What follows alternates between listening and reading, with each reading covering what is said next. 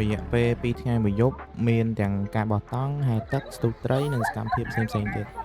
នេះគឺជាវីដេអូដែលខ្ញុំនាំអ្នកទាំងអស់គ្នាទៅខាងកោះកុងក្រៅចង់ដឹងថាមានសកម្មភាពអីខ្លះកុំភ្លេចតាមដានទស្សនាវីដេអូនេះទាំងអស់គ្នានឹងហើយអ្នកទាំងអស់គ្នាទៅកោះកុងក្រៅគឺយើងជិះតាមផ្លូវលបឿនលឿនទៅមកយើងចេញតាមច្រកកំពង់សិលានិងបន្តដំណើរទៅស្រែអំបិលហើយកន្លែងដែលយើងត្រូវឆ្លងទូកទៅកោះកុងក្រៅគឺគេហៅថាឃុំជ្រោយប្រោះអើយប្រូបាឡើយពាក់អញ្ចឹងតែពាក់មិនចាហើយយើងក៏បានរៀបចំអីវ៉ាន់ដាក់លើទូកនិងត្រៀមចេញដំណើរទៅកោះកុងក្រៅដែលចំណាយពេលខ្ទង់1ម៉ោងកន្លះទៅដល់កោះកុងក្រៅ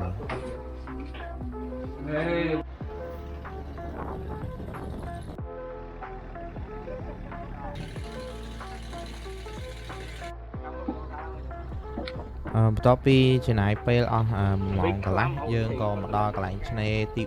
4នៃកោះកុងក្រៅពីយើងត្រូវដោយសារតែទូកអត់អាចចូលដល់មាត់ឆ្នេរបានអញ្ចឹងយើងត្រូវដាក់អីវ៉ាន់ទៅកូនទូកមួយទៀតដើម្បីឆ្លងទៅអើយ bro I prepare everything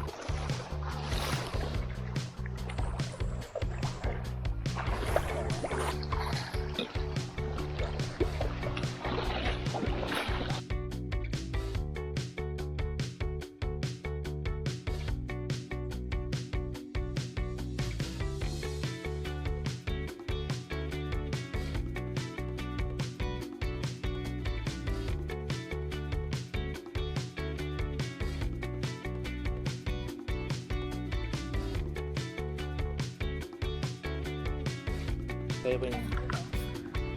ខ្ញុំខាងក្នុងចាស់តែគាត់អ៊ីនក៏សង់ហើយ Bro after សង់តង់បន្តអូតូបន្ទាប់ពីយើងបាន set up តង់ហើយយើងក៏ចំណាយពេលអង្គុយមើលទេសភាពនៃមាត់ឆ្នេរនៃកោះកុងក្រៅ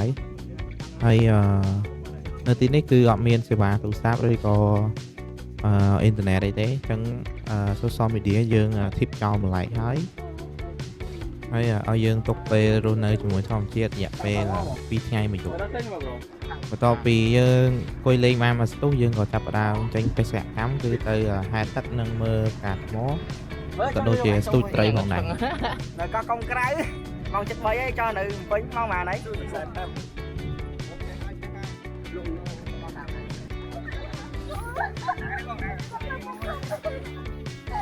នេះកន្លែងគេហៅទៅមើលថាថ្មនៅដល់ចុង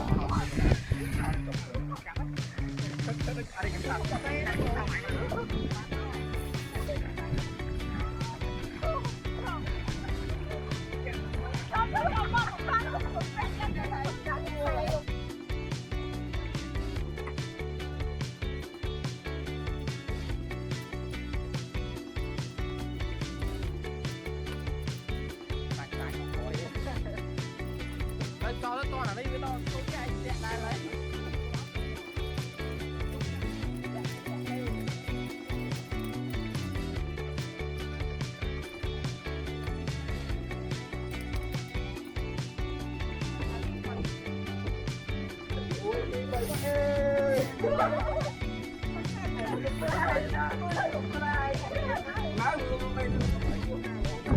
mà phía nào cái phong theo cái đồng xay mình chắp cu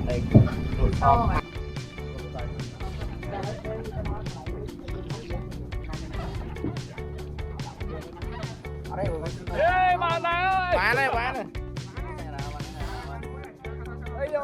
yes anh thoát rồi thoát nhau rồi chơi một thầy mẹ một thầy anh ơi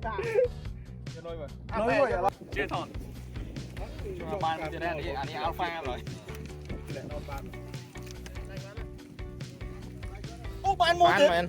trời mày Tí tí alpha tí tí say lá tinh cái đống một phay nói là ôi quá mà chạy lo sao mày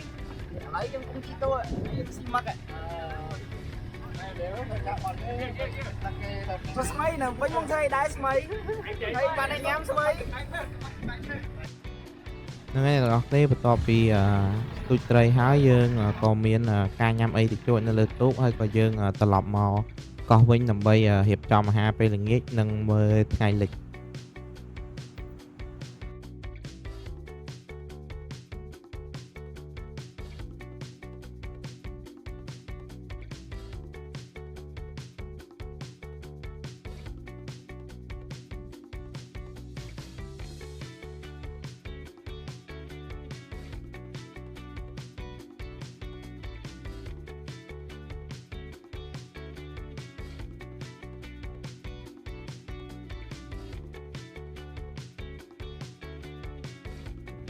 នឹងឯងបងប្អូនគ្នានេះគឺជាកន្លែងយើងញ៉ាំអីពេលល្ងាចហើយម្ហូបគឺមានច្រើនមុខមែនតើមានទាំងសាច់អាំងមានទាំងគោឡើងភ្នំមានទាំងគ្រឿងសមុទ្រស្រស់អីចឹងហើយមាន seafood boil ប៉ុន្តែយើងអត់បានថតដាក់ចូលវីដេអូហ្នឹង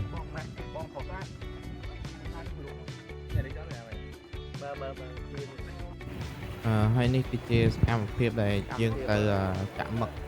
ចាប់ក្តាមអីចឹង បន្ទាប់ពីយើងញ៉ាំអីហើយ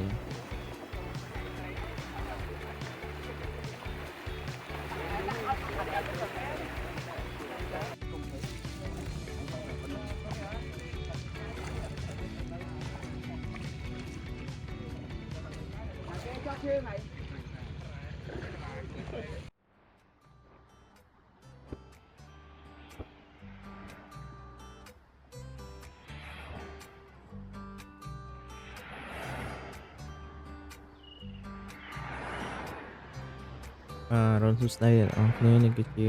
ព្រឹកថ្ងៃទី 2 ហើយថ្ងៃយើងត្រូវទៅភ្នំពេញវិញហើយអញ្ចឹងក៏ឆ្លៀតងើបមកគួយមើលទេសភាពមុនយើងរៀបចំទៅភ្នំពេញវិញអញ្ចឹងបន្ទាប់ពីមើលទេសភាពហើយយើងក៏ទៅមួយទឹកហើយយើងទៅ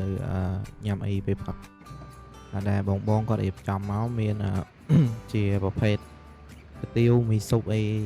ផឹកឡើងនិយាយទៅដូចយើងនៅវិញដែរ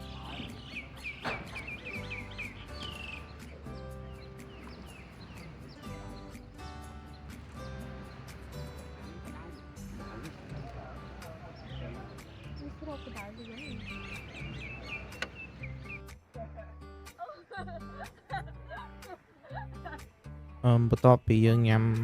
អាហារពេលព្រឹកហើយយើងក៏មកមាត់ឆ្នេរដើម្បីថតរូបទុកជាអនុស្សាវរីយ៍ដោយសារតែថ្ងៃយើងត្រូវទៅភ្នំពេញវិញ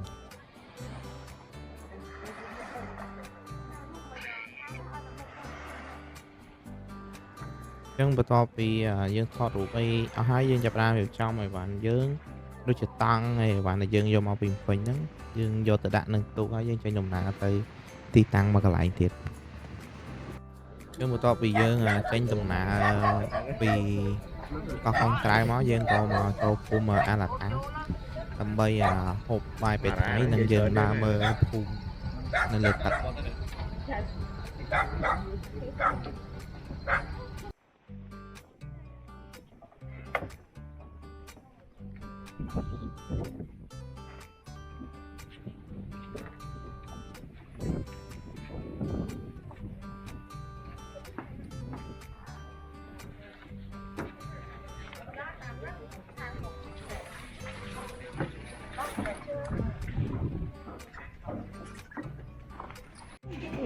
និយាយទៅនៅលើនេះមានលក់ចាប់ព្រួយលក់កាហ្វេអកឈុំអី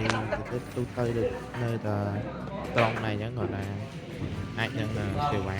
អ៊ីនធឺណិតអីថាទៅស្រួលអញ្ចឹងពីច្រើនគួរតែត្រៀមលុយក្រៅមកហើយបន្ទាប់ពីយើងហូបអីពេលថ្ងៃហើយយើងចាប់ផ្ដើមដើរទៅមើលផ្ទះនៅលើទឹកតែផ្ទះខ្លះគាត់មានចំត្រី មកដឹងថាត្រីហ្នឹងគេហៅឈ្មោះអីទេឃើញទេទៅទិញស៊ីលូវ៉ាត់ទៅឆ្លាស់ហ្នឹង tụ một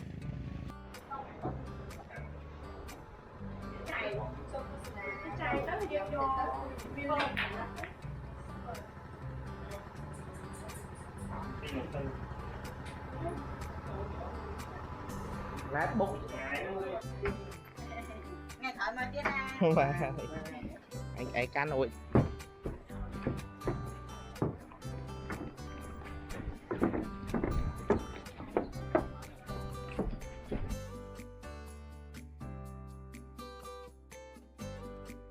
chẳng bắt đầuពីយើងបានចេញពីភូមិអាឡតាហើយយើងក៏បានជិះទូកចេញដំណើរទៅឃុំក្រូចប្រោះវិញហើយយើងនឹងឡើងឡានទៅភ្នំពេញវិញអញ្ចឹងសរុបមកដំណើរកម្សាន្តយើងគឺចប់ត្រឹមហ្នឹងthì អរគុណអ្នកទាំងអស់គ្នាដែលបានមើលវីដេអូនេះហើយខ្ញុំថានឹងចេញនៅវីដេអូក្រោយទៀតនៅពេលដែលខ្ញុំមានលុយដល់លេងទៀតអរគុណ bye bye